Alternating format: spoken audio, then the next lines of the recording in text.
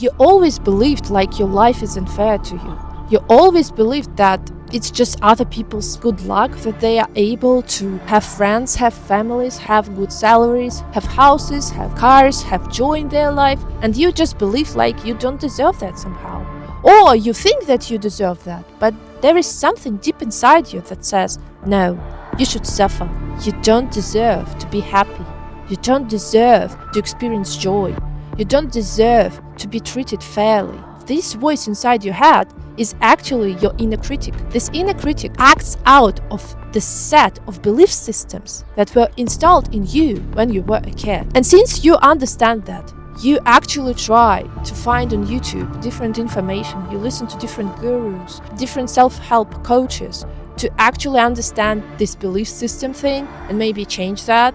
And you try to do the positive affirmations and you listen more and doing more affirmation, but it doesn't seem to work because still this voice is there, this inner critic is there, these belief systems are there. And you're just giving up on yourself and saying, I just don't understand. I'm doing everything right, everything that they tell me to do, like just experience joy. Just know that you deserve automatically to be loved, to be cared about. And it's just not working for me. I guess I was born under the cursed star or anything.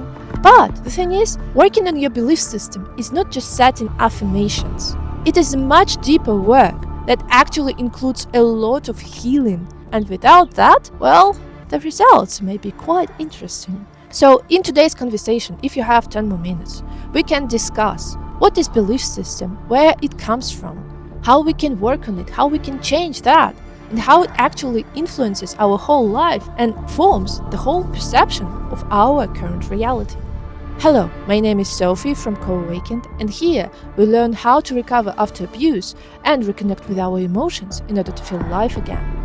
So if I were to give you a little bit of theory, I would start it like this. The reality itself is neutral. It's just a compilation of different events that are happening throughout the history of our life, and we, as people, make meaning out of this reality. We make it mean something for us, and according to this meaning, we behave differently. This meaning, this lens of meaning, is actually the thing that forms the perception of our reality. And this is called a belief system. So the belief system is the lens through which you look at your reality and perceive it to be a certain way. This is basically a filter. And this belief system may be acquired because of your culture, because of your family. For example, in your family, people believe that money is evil and all the rich people can't be trusted. And you carry this belief automatically. You don't even think about it. It's just an ingrained part of your reality. This is what belief systems are. Some of the belief systems are acquired because of the traumatic events that happened during our childhood. If you watched some of my previous videos, you already know that during the state of traumatic event where you experience distress without resolve, the cognitive dissonance occurs. So this is when your inner reality and your outer reality don't match, and they don't match to a degree where it becomes painful for you to exist in this reality. You can't function, you freeze. And so that you could just survive and live and move on, your psyche splits. It hides the part of your personal truth back somewhere into your subconscious mind. And it makes the outer reality, the outer perception of reality prevailing. So for example, if your mom used to criticize you for being an active and funny and joyful kid because she believed all the kids should be calm and obeying, of course you dismissed your personal truth, you made the truth of your mom prevailing, and since you made it your truth, you started to act out of this truth, and you started to become very calm and very peaceful and obeying and people-pleasing child. So the belief system is the coping mechanism of the underlying trauma that actually was created out of cognitive dissonance. I know it's a lot, but I promise you will understand it practically very soon. We should understand the following. Belief systems are the subject to change, first of all. Second of all, they formed out of trauma. And so if we really want to change the belief system, just applying an affirmation patch won't work. That's why, before changing your belief system, you should heal the underlying trauma that created this belief system in the first place. And yes, sometimes this can be entangled, very entangled, especially for people from complex trauma who experience a lot. But untangling one trauma after the next will help you become more flexible about your belief systems. So if we continue with our example of you healing this thing about being active again, you have to consciously come back to this memory of where you were constantly punished for expressing yourself and being an active kid. You should create a proper completion to this problem, not just in the form of me hiding my personal truth, but rather accepting that, yeah, I am an active kid, I was an active kid, and I was a joyful kid, but my parents, because of their trauma, they weren't able to just accept that. So it's not my fault, and there is nothing to hide in myself. It's not even their fault, my parents' fault, because they acted out of this dysfunctional belief, just like I did. So I have compassion and understanding towards it, but I won't accept their truth as prevailing right. From now on, I accept the fact that, yeah, this truth doesn't serve me anymore, and I have a full right to change that. So you heal this trauma, you create a resolution. You can use any process for that. I personally love to use the completion process by Teal Swan. At that moment, if you've watched my videos, you already know that. In your imagination, you create a healing scenario. It shows your psyche, it shows your mind that, first of all, it's safe to express your personal truth, and now it is an option to act like that. And from this very moment, you can actually start creating a new belief system. So how can we actually create a new belief system? The first and the simplest move is just to set an intention that, yes, from now on, I have an option to act differently and to act more positively. The second step that you should do is to actually think of all of the positive consequences that this new belief system will bring to you. So first you set an intention that, yeah, I want this. Second of all, you should understand why it is a good option and valuable option. You think that if I will become more active, I will have more joy in my life, obviously. But then I will have more opportunities because I will be less afraid to talk to people, for example. Think of all of the possible benefits of acquiring this new belief system, and then again in your imagination you create these possible scenarios of you acting out of your new belief system. For example, you can imagine yourself to go to this new working place and presenting yourself in a more joyful and open way, and in your imagination you can create a scenario where you got the job.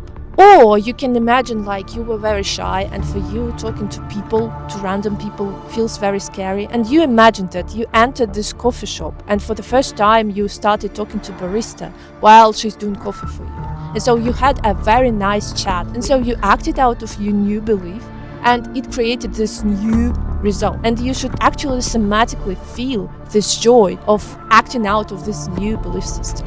And then the final step, and the hardest one, is to actually try and test that in the real life. So we created a necessary feeling state in our imagination. We imagined how it might look like, and now we just need to make a field test. Maybe you can write to your old friend and ask to go out with him or her. Just to warn you, you shouldn't focus on the expectations.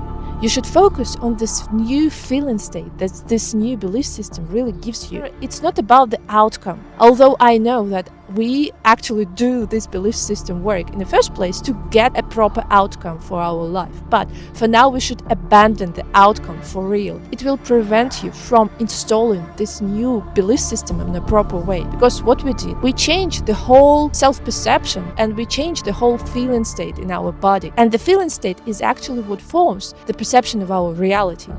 Just to sum things up, belief systems are formed as a result of some traumatic event, even if these belief systems are passed on from generation to generation, because your mom always believed that money is evil, right? This was created due to trauma. It's just an ancestor trauma. It means that this trauma is very old and been carrying around for quite some time. But still, you can heal that because you carried the piece of this trauma in you as well. Step number 1, identify trauma that was the underlying cause of this thing. You can pick up one memory, or you can just pick up the feeling state, how you felt when you were a child, when you were criticized for self-expression. So then you do something like completion process or any shadow work technique that will allow you to create a resolution for this traumatic event and heal that, to create a completion, a new way out of the situation, to show your mind that actually it's possible to behave differently.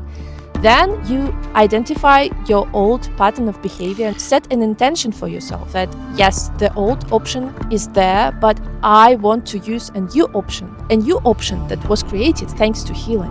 So you set an intention to use this new belief. Then you think of all of the positive consequences that this new belief system will bring into your life. Then you use your imagination to create some kind of a scenario where you apply this new belief system and act differently. And then you do your field test. So it sounds easy on paper, of course, but don't get discouraged. It's still possible. And sometimes you will need to repeat this process a couple of times before this new behavior pattern will actually be tangible enough for you to use in real life. Because most likely how it will feel when you are consciously going into some event, when you are consciously, for example, calling out your friend or starting talking to barista, it is much easier rather than, for example, your boss starting screaming at you. Actually, you've been triggered.